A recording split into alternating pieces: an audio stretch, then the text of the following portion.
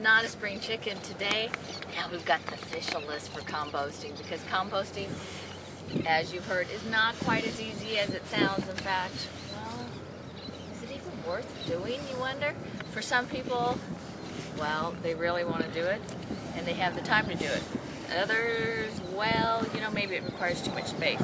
But here's some of my things that you may not have known: that compost can suppress plant diseases and pests.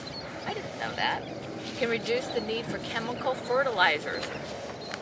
That's because the compost is created it's a fertilizer. That's right. It's to help you promote higher yields for your agricultural crops. It facilitates reforestation, wetlands restoration, habitat revitalization. All of these things are good for the environment. I mean, cost effectively remediate soils contaminated by hazardous waste. So now that part, I didn't know that you can actually turn back hazardous waste with composting. Now that would be a reason to do it. It also removes soils, solids, oils, grease, and heavy metals from storm water runoff. And there's well, actually, I did see something on the Green Channel about hazardous waste. They were using human hair to soak up oil. Human hair? Human hair to soak up, or actually hair, you know, from other animals. They were using it to make hair mats to soak it up. Then they took it to a facility. Then they planted mushrooms, you know, like oyster mushrooms. The oyster mushrooms changed the oil into something that they could live off of, and basically you got rid of all the oil that way. Wow, so part of that is composting. That's composting with... But it's industrial style, though. Okay, but it's a way of knowing. Well, part of it is, do you really know? I mean, part of it is, I guess, if you just make a compost, it's supposed to get better, and, well, that's a good reason for composting. And it also says that, here's a good reason why, that yard trimmings and food residuals together constitute 23% of the U.S. waste stream, as documented by the EPA. It's 23%. I had no idea that it was so high. I thought it was all those I thought it was higher than that. I would think it would have been. Okay, 1/3 of every construction project is waste. Well, you know, the hazardous waste can break down those things. Like, for example, if you have concrete, wood, things like that, contact your sanitation department, because they can break it down. They have the means to do it. It's a whole lot easier than it not being mixed. But part of it is you have to get it over there, or have them pick it up, because they will pick up large size trash. Once. Is it once per year? Yeah, I think that's it. After that, maybe they charge you, or you have to take it over there. Let's see. It says an estimated 56.9% of yard trimmings were recovered for composting or grass cycled in the year 2000, which is a dramatic increase of 12% compared to 1990. Well, I think it's we're probably moving in the right direction. Yeah, it's probably baggers. Baggers. Because baggers on your lawn equipment, which allows you, instead of having to rake it, then you can just dump it into something else to be used to be recovered in. See, actually, that would make a lot of sense. Of course, I don't know how much space do you need for this. Now, here's an idea: is what's in for composting and what is out. They have a huge list of it. But here's some things that will surprise you. They have animal manure on here. This does not mean cats and dogs. This is like chickens, cows, right? Yeah, horse. Horse. And even elephant. Elephants? Elephant manure is a very big thing for it, because it's full of nitrogen. So here's the other things. Cardboard rolls, clean paper. Clean paper can be, well, paper can be recycled anyway. Yeah, toilet paper is a good thing to break down. But it says clean paper, of course. But it might be easier to put in the recycle bin. Coffee grounds and filters are great for something like that. You can also just kind of mix it up really easily and put it around the base of the plants. Because you had suggested I do that at my place too, right? Yeah, that's right. The coffee grounds. Now, don't do this at your office, because I've seen too many offices. Hey, look, there's a big Coors advertisement. Yeah, what you do with the coffee grounds is you make it into a coffee type tea situation, and you pour the liquid and the coffee grounds all around your thing too. So add a little bit of beer in with it. Now that's the trick. Right. So don't try this at your office, because I've seen too many places at offices where people were just pouring the coffee grounds, and no, because not the way to do that. Basically what they're doing is they're creating a ground cover by using the coffee grounds. Because in an office it's not going to decompose. Outside it won't get you as much nutrient in as you like, but it will decompose itself over time outside, over 4 or 5 months. The other part is if you have a plant that people have been dumping stuff into and you want to help clean it out, I've heard that you can water it with distilled water to help rid some of the stuff that was put in there.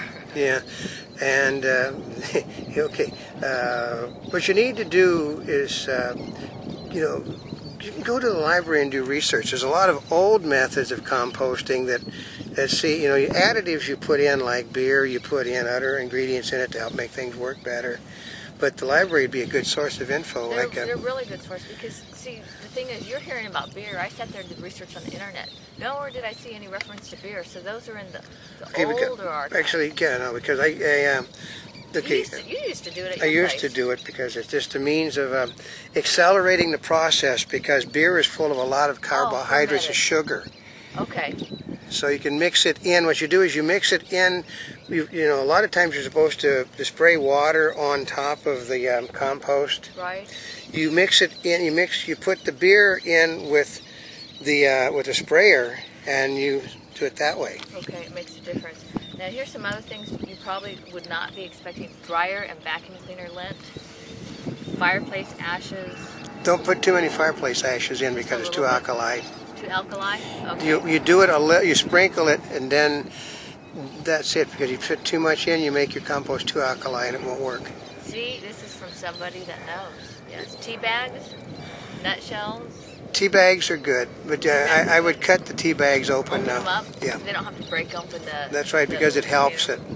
Okay, so that's part of the inlist. For completeness, go to the EPA.gov, do your research. There's also a website called Compost 101 that I thought was quite good too. Now here's some things that are on the out list. Do not put these in compost. Black walnut tree leaves or twigs. Because iodine. Release a substance. Okay, that's the iodine that might be harmful. Coal or charcoal ash. Alkali. Dairy products. Dairy products, they curdle up and will spoil. Odor problems, right? Yeah. From the spoiling. Diseased or insect-ridden plants. I think that kind of goes with... Yeah, because basically you don't want to put something that has died from a disease or full of insects in it, because it destroys your compost also. Ah, so whatever killed the other thing. Okay. They will kill your compost. Fats, grease, lard, or oils. Actually, because they produce microorganisms which are harmful to the soil. See, you know, and he hasn't even... This is like having off the top of his head. Meat or fish bones and scraps. Never put bones in compost of any type. Really? Why not? Because they don't decompose. Oh, that's why the dogs bury them and they come back and have them. That's right. Okay. Pet waste, for example, dogs or cat. That's because they, in a lot of cases, okay, I mean, Montavious doesn't have the problem, but a lot of them have worms, and worms you do not want to get in your compost. Yeah, because when you compost and you have worms, those are a different type of worms. Yeah. That you're, other than your animal. But these are the little things that look like little spears. Cats are really famous for having them too. Oh, okay. Oh, that's why they also tell women not to have cats when they're pregnant. That's right. Now here's one that you may not have thought about, which is yard trimmings. So this is plants that might have been treated with chemical pesticides. Because they'll leach out into your compost. So that part's not good. Now all composting requires 3 basic elements. The green element, which is grass clippings, vegetable waste, right? Fruit scraps, coffee grounds. Browns, which are like dead leaves, branches, and twigs. And then water. And heat. Or beer. Heat. Heat? Heat. Well, how do you make it hot? Because it has to be put in an area with sunshine. Now, there's some that don't have sunshine. Those are container ones. Those are closed containers, but it's a different type of mulching, different type of composting. So you mean If you're going to do dry, you have to have heat. Because there's 2. There's slow and cold and fast and hot composting. You want fast and hot over slow and cold, folks. Yeah, because slow and cold takes 4 to 6 months. Yeah. Right? That's a good reason why fast and hot is 4 to 6 weeks. Yeah. So there are... So there's lots of stuff to do on composting. But go ahead, take a look on the internet. Take a look, go to the library, do some research. Oh, and then tip. Oh, what's that? Go check Jerry Baker on the internet, because he has, Jerry Baker's website has books that you can buy on gardening. Ah, so that's just the tips on composting. So for now, this is Notaspringchick. We're here yesterday, today, and tomorrow.